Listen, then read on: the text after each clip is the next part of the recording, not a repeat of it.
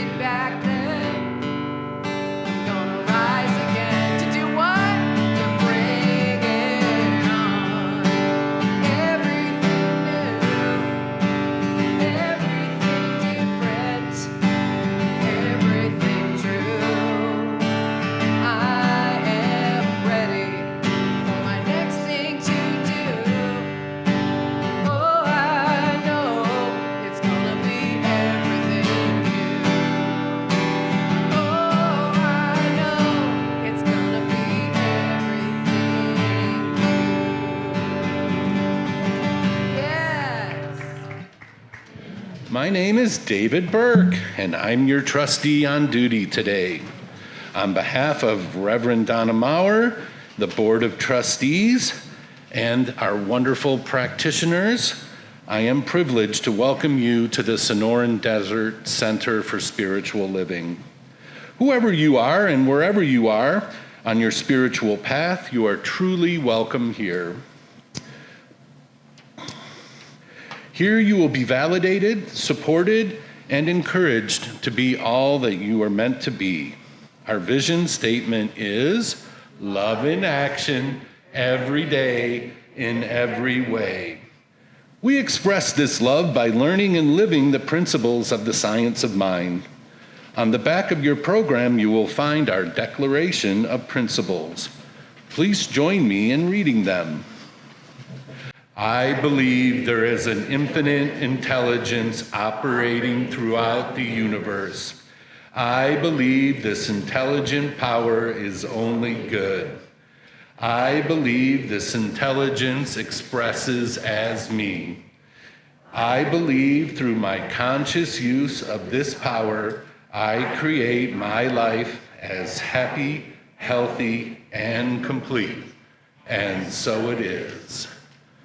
Do we have any first-timers? No? We do have a return, though, and it's awfully great to see Lynn here today. So thank you, Lynn.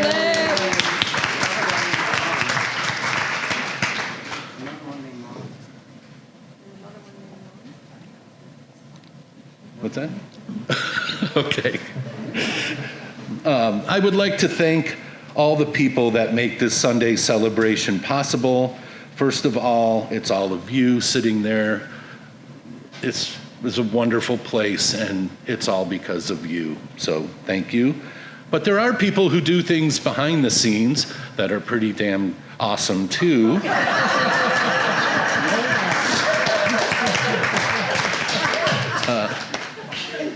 Like Amy and Maria and Bruce and so many people, Heather and Gray, and we just so appreciate all that you do in the background. So thanks. Please direct your attention to the announcements.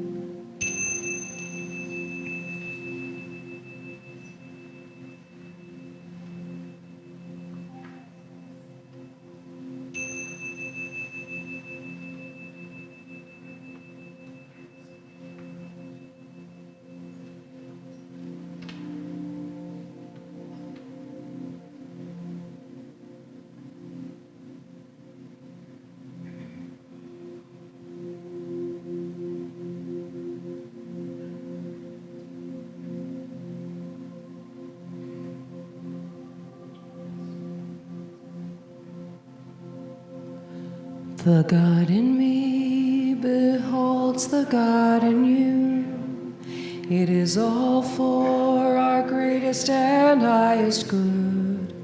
The God in me beholds the God in you. And you and I are one. Namaste. The God in me beholds the God in you. It is all for our greatest and highest good. The God in me beholds the God in you, and you and I are one. Namaste, namaste.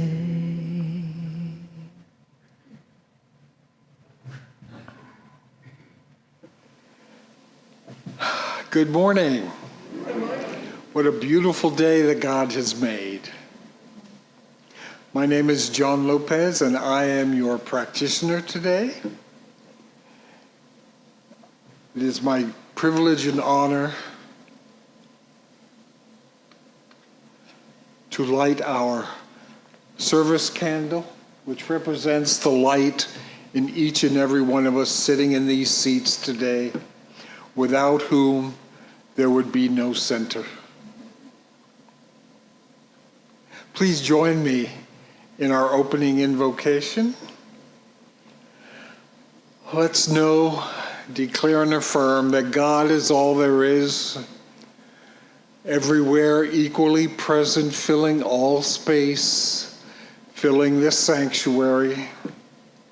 And in doing so, I know that today's service is already perfect, whole, and complete as it manifests through Donna's inspirational words, Heather's spiritual, beautiful music, our wonderful audio-visual technique, and service through Gray, and for everyone who makes this service possible. And last but not least, all our wonderful practitioners. We are the healing arm of this center, and so together we all say, and so it is.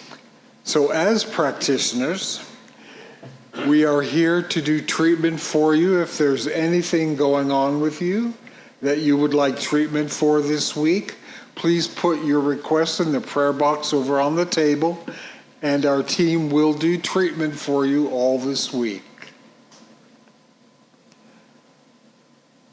So my reading this morning is from week 2 of the March Global Themes, and it's called The Still Small Voice.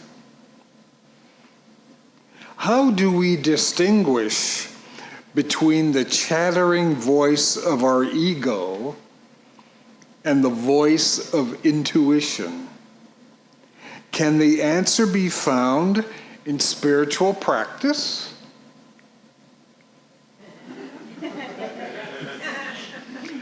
Yes.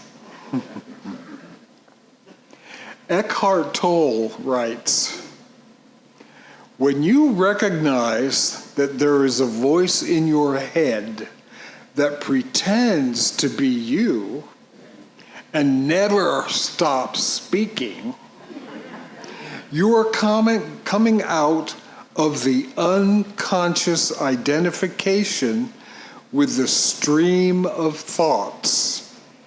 When you notice that voice, you realize that you are not the voice, but the one who is aware of it. Freedom lies in knowing yourself as the consciousness behind the voice. Many of us know Jiminy Cricket, right? The voice of Pinocchio's conscience, who in the fairy tale is the supreme guardian of the knowledge of good and evil, counselor and guide assigned by the Blue Fairy. Although he is a Disney character, this character exists in each of us and is called intuition. In the Science of Mind textbook, Dr. Ernest Holmes tells us that intuition is the voice of God in us. which includes the ability to perceive truth beyond reason and logic. He also emphasizes the importance of trusting our intuition to make decisions and guide us in life. Intuition connects us with our inner wisdom and helps us find answers beyond what we can rationally understand. Today, we will remember the spiritual practices that can help us to listen to that little inner voice. The most common spiritual practice today is meditation. Whatever form you give to the practice, meditation has been scientifically proven to help you quiet your mind, thereby reducing stress and anxiety in general. It also helps to improve physical and mental health and sharpens intuition.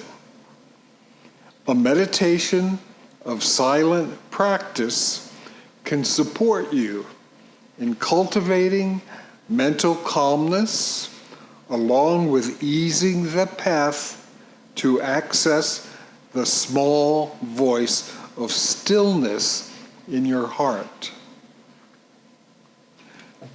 Another spiritual practice is visioning. Visioning is a process by which we train ourselves to be able to hear, feel, see, and grasp God's plan for our life or for whatever particular project we are working on. It is based on the idea that we are not here to tell God what to do or to ask God for things, but to be absolutely available for what God is already doing, to open ourselves to grasp what is already happening. And that is by Michael Beckwith. Visioning opens us up to a greater idea than we typically would have on our own. Another spiritual practice is practicing the presence. Joel Goldsmith tells us, this continual practice of presence, a recognition of God in all we do, makes God the principle that governs, supports, and sustains all of our experience. To practice presence is to live in a state of wholeness 24/7. Easy, right? To practice presence is to live aware of a self living in this world, but understanding that we are not of this world. There is something spiritual that permeates everything. In today's fast-paced, overstimulated society, it is often difficult to listen to that still small voice. Returning to presence is essential in order to listen, hear, and follow the guidance of our inner voice, which provides a path to authenticity and wholeness. We live in a world full of noise and distractions, which keep us living with an idea of separation from God and life. So you are invited through different spiritual practices, such as meditation, visioning, and practicing presence, to listen to the voice of stillness, to your intuition. Thank you. Namaste.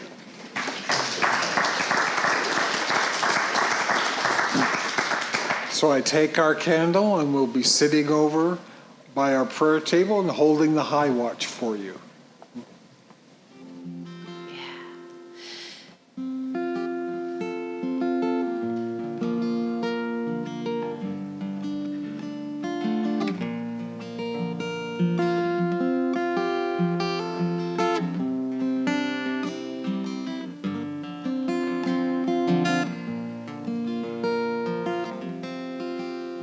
This is a song, original song called Blossom and Grow. I like to do this one at this time of year. This was my mom's favorite.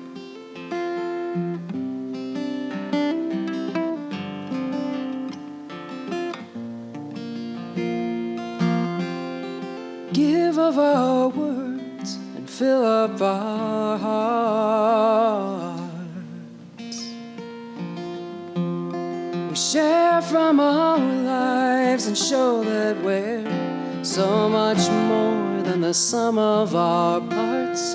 The stories we tend connect end to end, like the lines of a garden we hold. And we plant the seeds for another one's dreams. The roots and the stems get watered and help us to grow. Blossom and grow, blossom and grow, up to the sun, grow, blossom and grow, blossom and grow, up to the sun.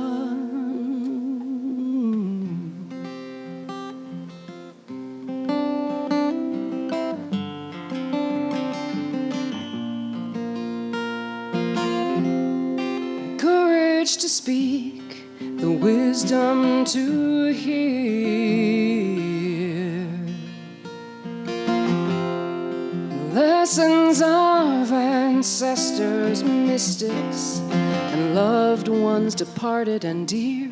The modern day fairy tales are more than just talk. They shade us and guide the paths that we walk to grow. Blossom and grow, blossom and grow, up to the sun, grow, blossom and grow, blossom and grow, up to the sun, grow, blossom and grow, blossom and grow, up to the sun.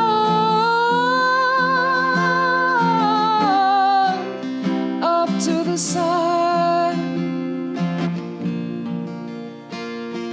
grow, blossom and grow, blossom and grow, up to the sun.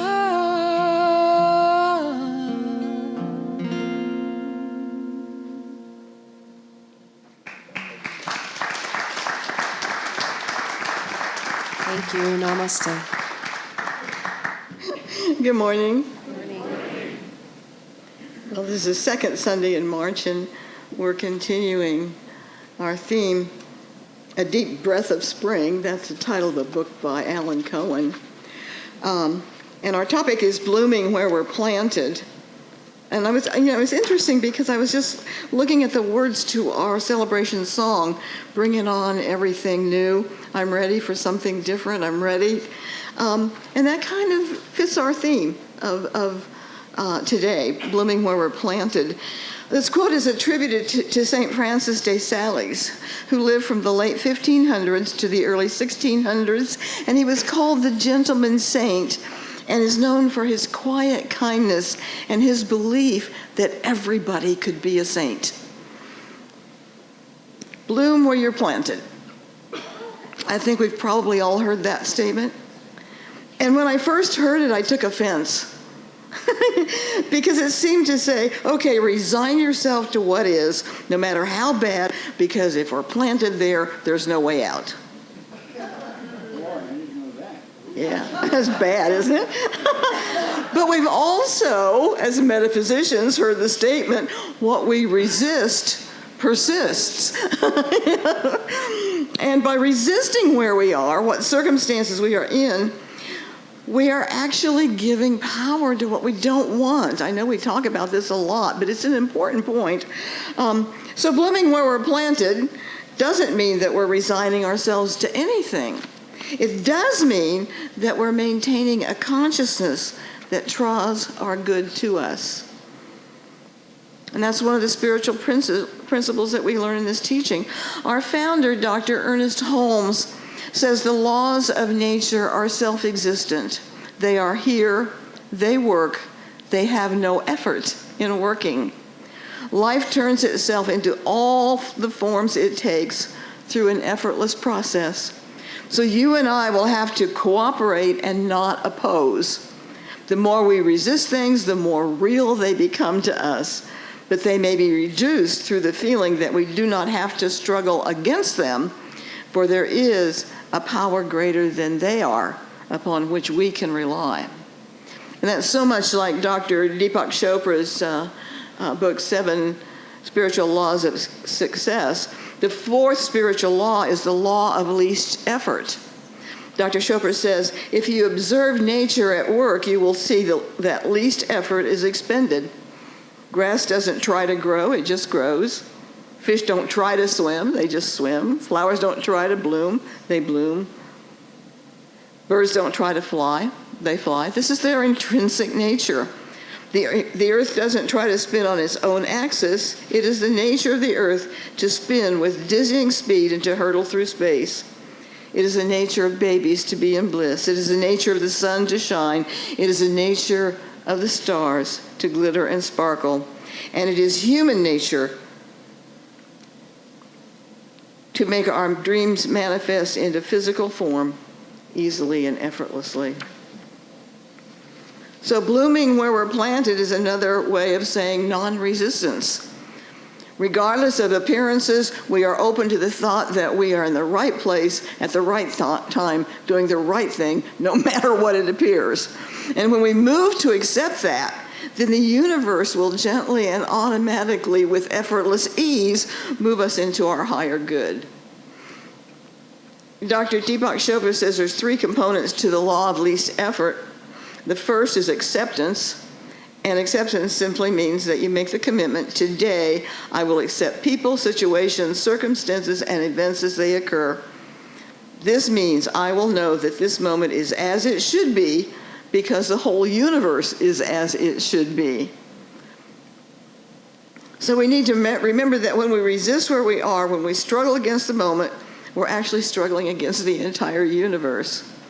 So acceptance moves us into the universe's natural flow. And the second component of the law of least effort is responsibility. And Deepak Chopra says, responsibility means not blaming anyone or anything for your situation, including, and I say especially, yourself.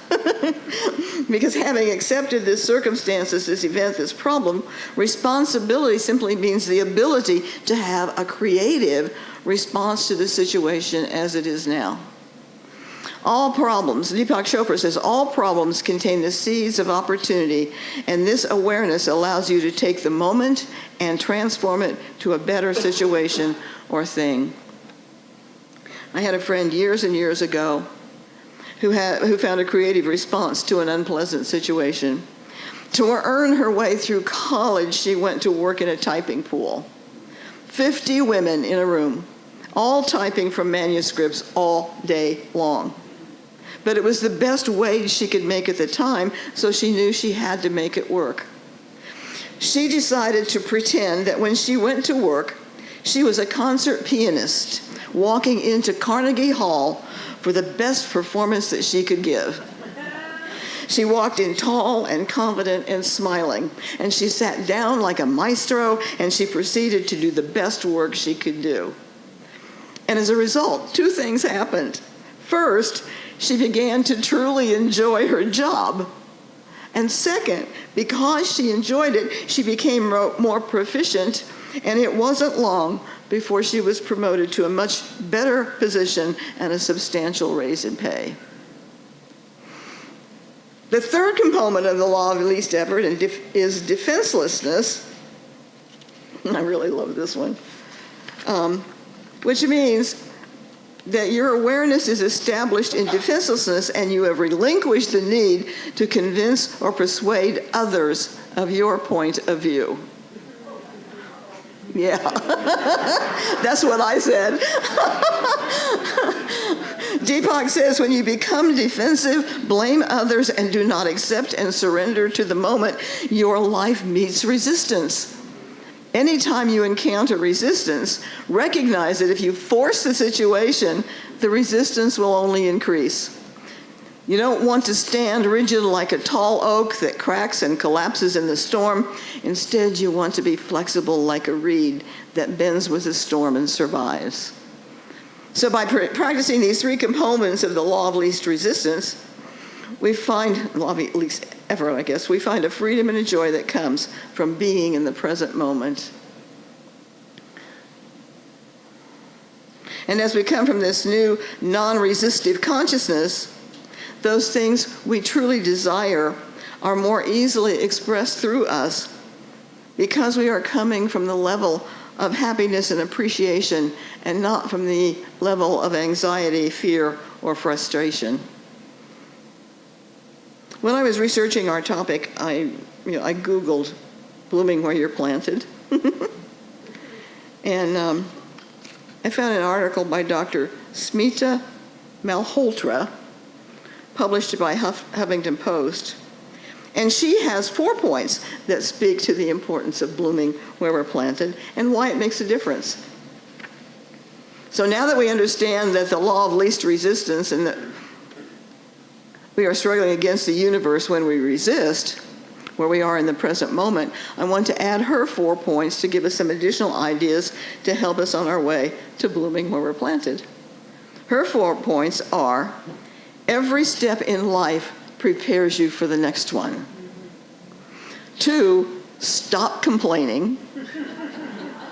3, be a blessing.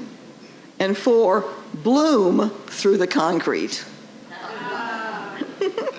So her first one, every step in life prepares you for the next one. Dr. Malhotra says, every chapter in your life builds a foundation to launch the next chapter. So you have a choice. You can either feel sorry for yourself, wondering why you are not where you want to be and curse the situation that you are in, or you can look at it as a lesson and ask yourself, what is this here to teach me? How can I use this experience to propel me to my ultimate goal? Steve Jobs, in a commencement address to the students of Stanford University, said, you cannot connect the dots by looking forward. You can only connect them by looking backwards. So you have to trust that the dots will somehow connect in the future. You and I are old enough that we can connect the dots. I think we can all look back at our lives, all the good and all the bad experiences, and realize that every one of them has contributed to who and what we are. Our negative experiences may have taught us courage to rise above our fears and given us compassion for those still struggling. Our positive experiences gave us validation, both about ourselves and that the world is a friendly place. When we feel stuck in any situation, let's remember that each past experience brought us to this present moment, and this too, whatever it is that we're now experiencing, is a life lesson that brings us greater insight about ourselves and the world around us and aids us in our spiritual growth. Dr. Malhotra says you may be in a difficult place right now, so you can learn to shine your light so bright that it drowns out the darkness. Keep working toward your next step and understand that your destiny is not determined by your current situation. Number 2 is stop complaining. Griping comes naturally for us. According to research, during an average conversation, we lob complaints at each other about once every 20 minutes. And there's a social reason for that. Nothing unites people more strongly than a common dislike.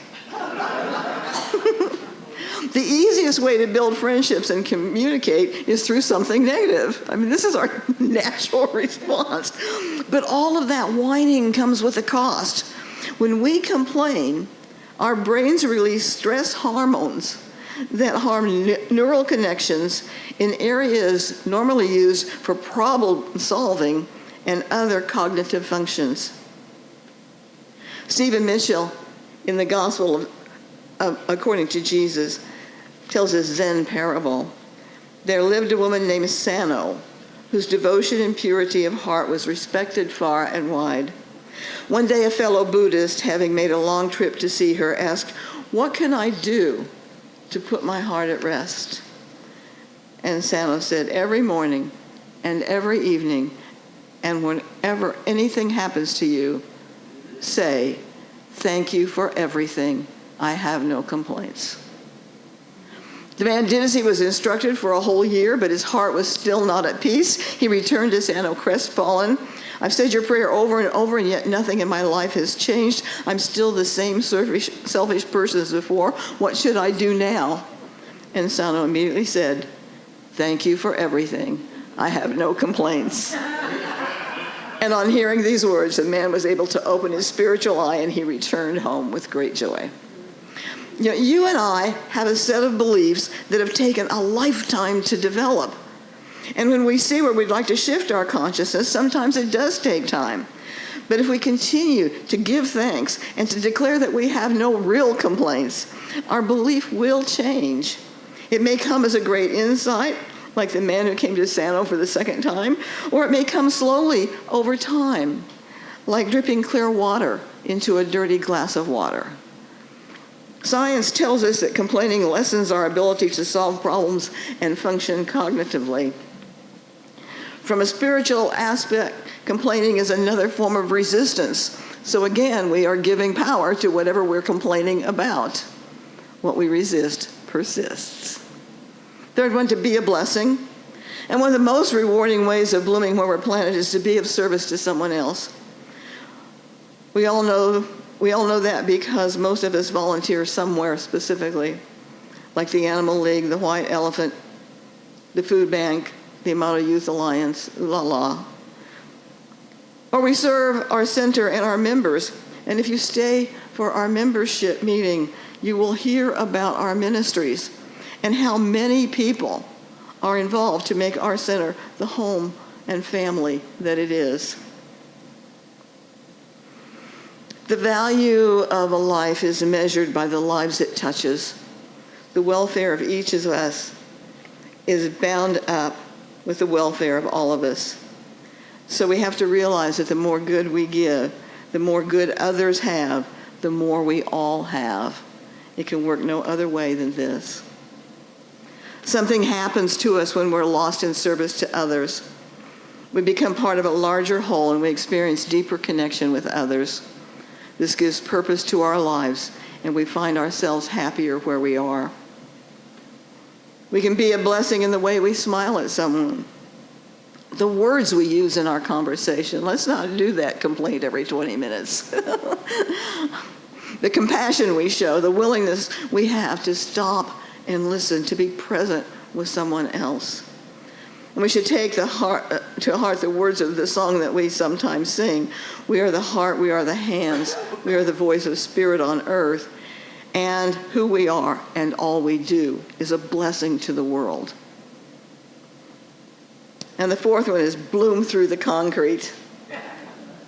I love it when I see a plant coming up through a sidewalk crack. You know, it reminds me that everyone seeks to bloom and grow regardless of the obstacles that are in the way. Two friends were walking together and one stopped to buy a paper at a local newsstand. He gave a friendly "good morning" to the news owner and was met with a curt growl. As he paid for his paper, he said genuinely, "Thank you, have a nice day." And again, he was met with curtness. The friend remarked about the owner's insensibility. "Oh, he's been like that for years," replied the man who bought the paper. "Then why are you so nice to him?" The man replied, "Why should this man's attitude affect mine?" And the story shows that we do not need to be affected by others, as every moment we can choose to bloom through the concrete and shine our light to the most dour soul. They cannot hurt or affect us, and who knows, maybe after being met with our love, compassion, and enthusiasm, their resentment will crack so that they too can bloom where they're planted. So this week, let's practice the three components to the law of least resistance: acceptance, responsibility, that's creative response, and defenselessness. And let's remember that every step in life prepares us for the next one. So we stop complaining so that we can be a blessing and see the blessings that are all around us. And when we feel inundated with life's problems, let's look for that crack so that we can bloom through the concrete. Then we have all the tools that we need to bloom where we're planted. Thank you. Namaste. Thank An you. oldie but a goodie, huh?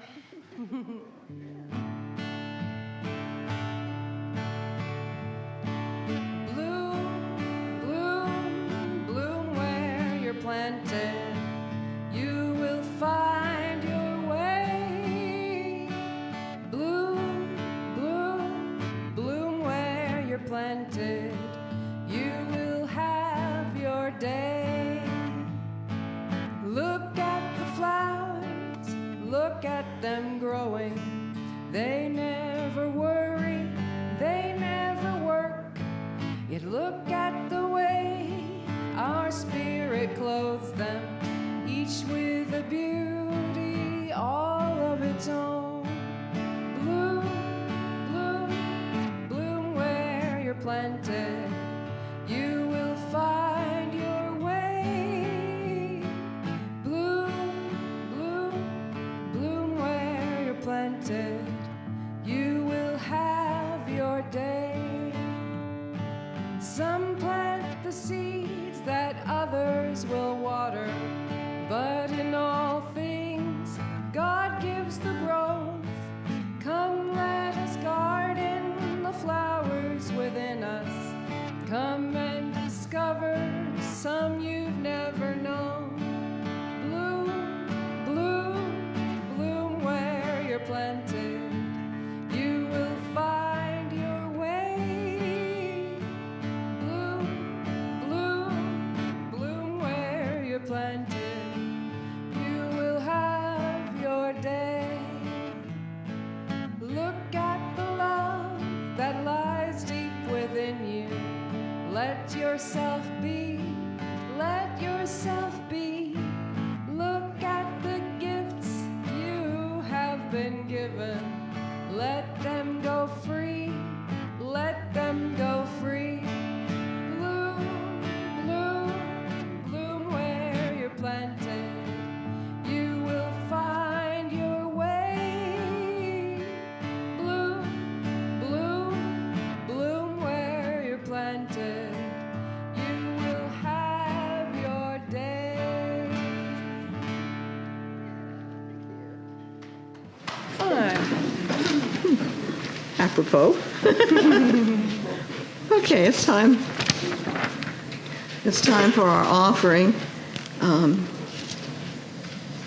So I ask that you join me in our offering affirmation.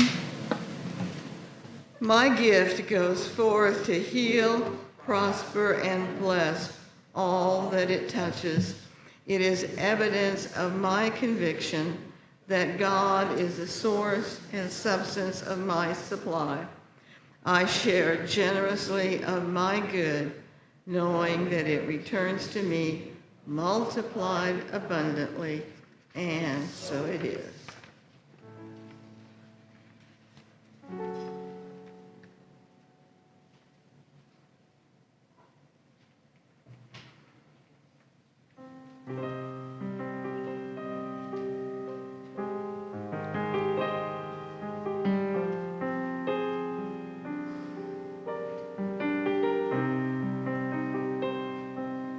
We are the heart, we are the hands, we are the voice of spirit on earth, and who we are and all we do is a blessing to the world.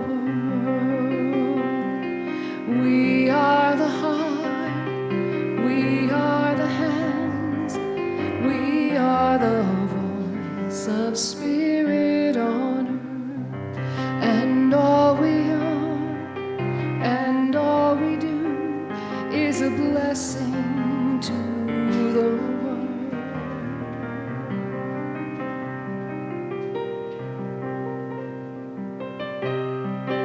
We are the heart, we are the hands, we are the voice of spirit on earth, and who we are and all we do is a blessing to the world.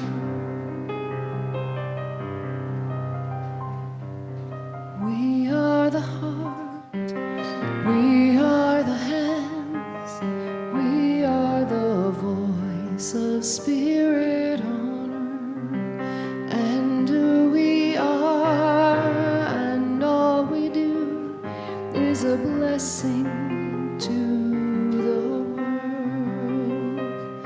is a blessing to the world.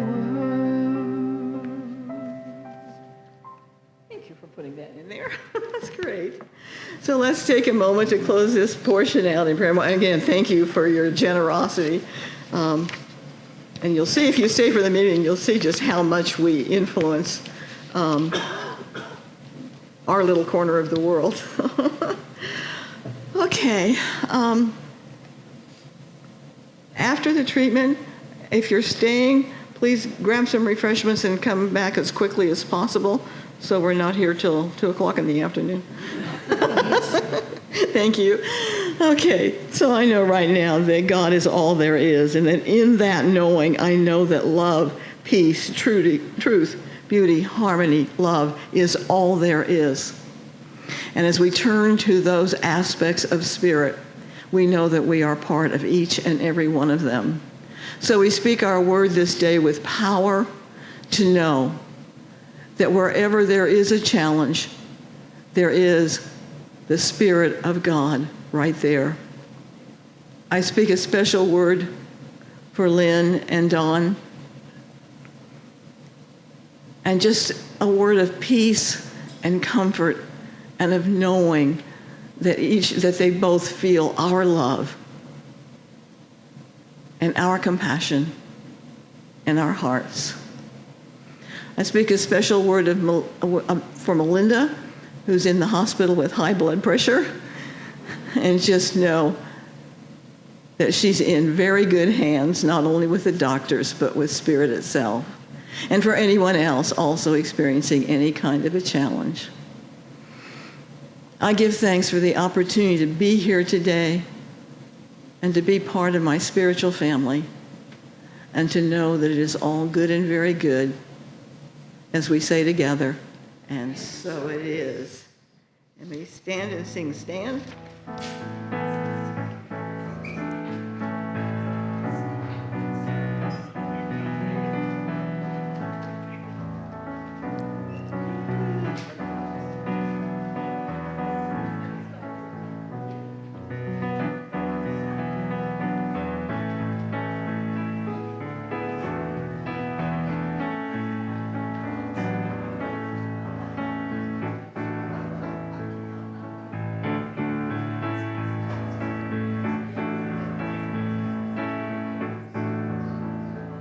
So let there be peace.